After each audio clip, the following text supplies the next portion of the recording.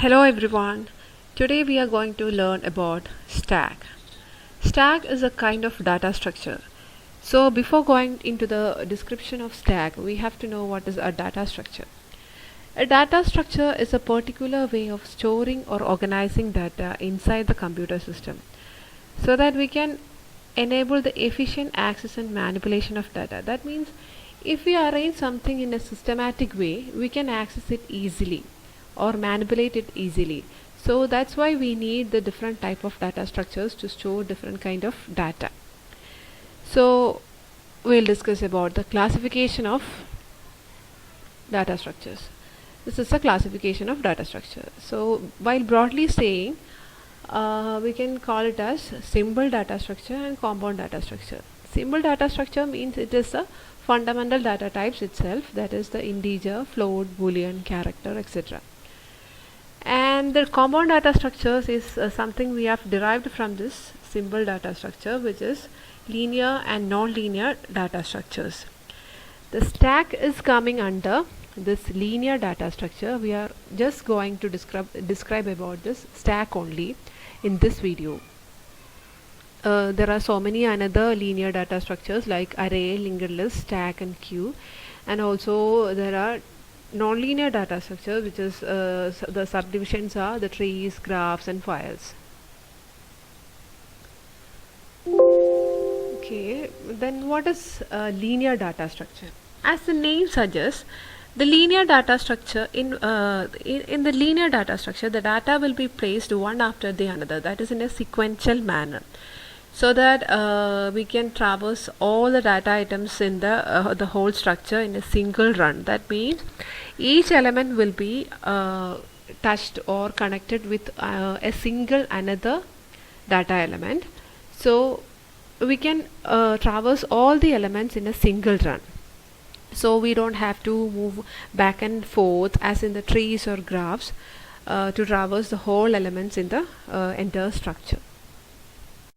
And now, what is stack? A stack is a sequence of data elements which have a linear data structure type. The peculiarity of stack is the insertion and deletion can be done through the same end, which is called the top of stack. That is, we can see that this is the single point of entry and exit, okay, which is called the top of stack. And the stack is also called LIFO because of this behavior, that is last in first out. That means whenever we are inserting an element, that will be popped out last. Otherwise, the element that is inserted last will be popped out first. Sometimes it can be called as filo also, first in last out. So it is called the LIFO because of the peculiarity that the last inserted element will be popped out first. That's why it is called LIFO. These are the real life examples for the stack, that is a stack of books and stack of plates. That means it has a single entry and exit point. That is, whenever we want to insert a new plate on this pile, we can insert it into it through this end.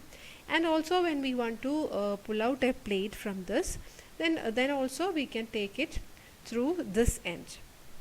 The same thing for this books also. So this is a graphical representation of the stack.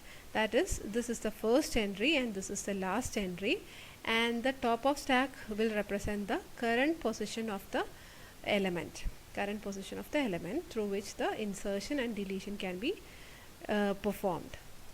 So apart from the so many of the data structure operations like searching, sorting, creation, etc., the major two operations are there. It is push and pop. Push is meant for the insertion and pop is for the deletion. Actually, these are the two names for the insertion and deletion. The operations will be same as the normal insertion and deletion. So the push will be done through this arrow mark, and pop can be done through the outward mark also. These are the examples for the push and pop operation. That is, this is a empty stack where there is no element in the stack, and now we are going to insert a new element, which is 1. This is the push operation, and another element 2 is inserted, and likewise we can insert up to maximum length of this stack. And now we can pop elements from this. That is, the last element we have inserted is 2, so the first element that will be removed will be the 2. So this is the algorithm for stack, push operation in stack. That is, this is a simple function for the insertion only. So max minus 1 means it is the maximum size of the array or maximum size of the data structure. So before we are going into the implementation part, first at the initialization session we have to initialize the value of top as -1. That means the top is equal to -1 means the stack is empty and there is no elements in the stack. So in that, top is equal to -1 means the stack is full, so we can't insert any more elements. So if the value of top is equal to max minus 1, then we can print as stack overflow, and we have to return back to the main function. Else if the stack is not full, then we have to increment the value of top by 1, that is top is equal to top minus 1, and then we can insert the new element at the top position, which is a of top is equal to item. So this is the algorithm for push operation. So we can see this picture before and after the insertion of D, the element D. Before inserting D, it was the stack was like this, and after insertion it will be like this.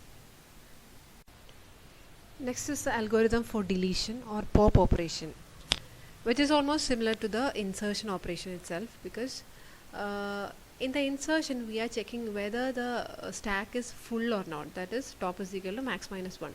But here we have to check whether the stack is empty or not, because we are going to delete something. So for that we have to check whether top is equal to -1 or not. If top is equal to -1, then that means it is empty, so we have to print that stock underflow and we have to return to the main function. If it is not -1, then we can remove something. So for that we have to decrement the value of top by 1, so that it will move to the next element, that is top will be moved downwards in the stack. Before that we have to do something like if we want to display or print the value that we have deleted, we have to take this value a of top to a variable item, and we can print this item to display which is the element that we have deleted. So for that, item is equal to a of top, and after that we have to decrement top is equal to top minus 1. And this is the pop operation. So in this picture we can see that 15 was the last element, it is popped, then top is decremented by 1, and then 12 is removed, and this process can be done up to top is equal to -1, which is when the stack become empty. And this is the algorithm for displaying the elements in the stack. That is, here is some letters is there, that is reverse is a string, so we have pushed all these characters into the stack, and while displaying we have to start from top up to top is equal to 0. So before printing started, we have to check whether the stack is empty or not. For that, if top is equal to -1, then we have to print the stack is empty and then return to the main function. And otherwise, if there is any element in the stack, we can start printing from top. This is the first element, so the printed elements will be E, S, R, E, V, E, R, something like that. Then we are moving to the application of stack. So this much was the operations of the stack. The main major operations are push, pop, and the display operations. And then we are moving to the application of stack.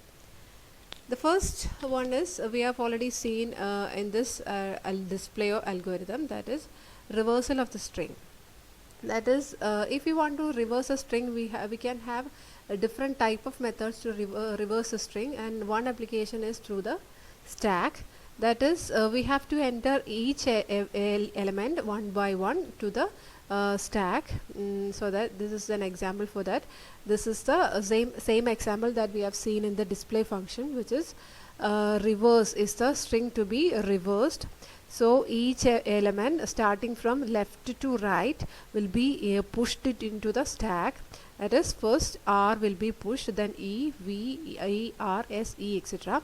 So it will be in this order. That is, the string is scanned from left to right and will be pushed one by one into the stack. Then we can print it in the order, that is, it will be in the, after printing it will be in a reverse order, that is E, S, R, E, V, E, R, etc. So this is the one kind of application, that is a reversal of the string. This is the first one. And the second one is checking the validity of an arithmetic expression which is containing some nested parentheses. That is, this is called the parenthesis, as we all know. This is an example for an arithmetic expression containing nested parentheses. The nested parenthesis means a pair of parentheses is inside another parenthesis. So this is an example for that. So what is the role of stack here is, it has to check whether the number of opening and closing parentheses are equal or same. That means for becoming a valid arithmetic expression, all the opened parentheses should be closed properly. These are some example for valid and invalid inputs. That is, here is a open parenthesis, but there is no corresponding closing parenthesis, so it is not a valid input. So what the stack is doing is, all the parentheses will be open parentheses will be pushed into the stack, and the corresponding when the corresponding closing parenthesis came, it will be popped out.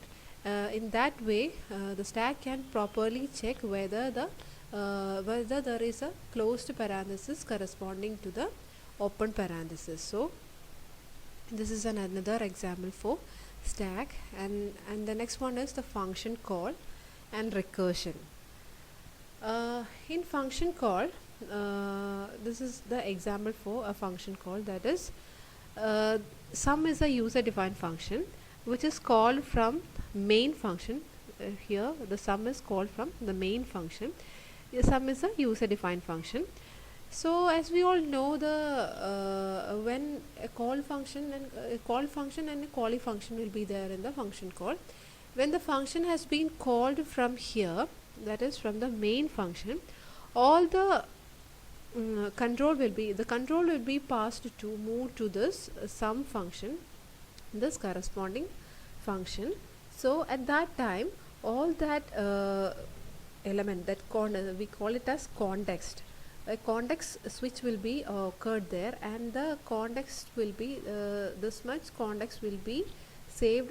It has to be saved somewhere to resume the operation. So at that time, all this information, this variable values and all another function, the PC counter values and all such things will be stored in the stack, and the control will be passed to this sum function. After doing all these things, the control will be resumed to this point. So at that time, what all things will be there in the stack will be popped up to reuse it or resume the program execution. So that is the need of stack in function call. And the recursion is also another kind of function call. A recursion is one in which a function is calling itself until repeatedly calling until a certain termination condition occurs. In that case also, the stack will be used in each function call. So And next is the arithmetic expression evaluation and conversion. There are three kinds of arithmetic expressions like infix, prefix and postfix. The human beings are using this type of notation, that is the infix notation, that is the operator will be just in between the two operands, and in prefix notation the operator will be prior to the operands, and in postfix it will be after the operands. So the human beings are using infix notation, whereas the computers are using postfix notation. So in this here the stack will be used in both conversion and evaluation. Conversion means the expression in one form has to be changed into another form, and in the expression evaluation session, since we said that the human beings know infix and prefix, but the computers know only the postfix notation, so they are evaluating the notations in the postfix format. So we have to convert infix and prefix into postfix before the evaluation started. So the evaluation can be done only in the postfix notation format. These are the things, that's the use of stack in conversion of the infix to postfix. Some algorithms are there to convert infix to prefix, infix to postfix and all, and also for the evaluation of postfix notation also. I am not explaining all these algorithms here, it will be done in another video. So these are the conversion and evaluation process of different notations. So these are what all things are happening during the conversion, that is each symbols will be some symbols will be pushed into the what are the actions performed in each cases, what is the stack status and all. This will be explained more in detail in another video. So this much are the things about the stack and the application of stack, and thank you for watching my video.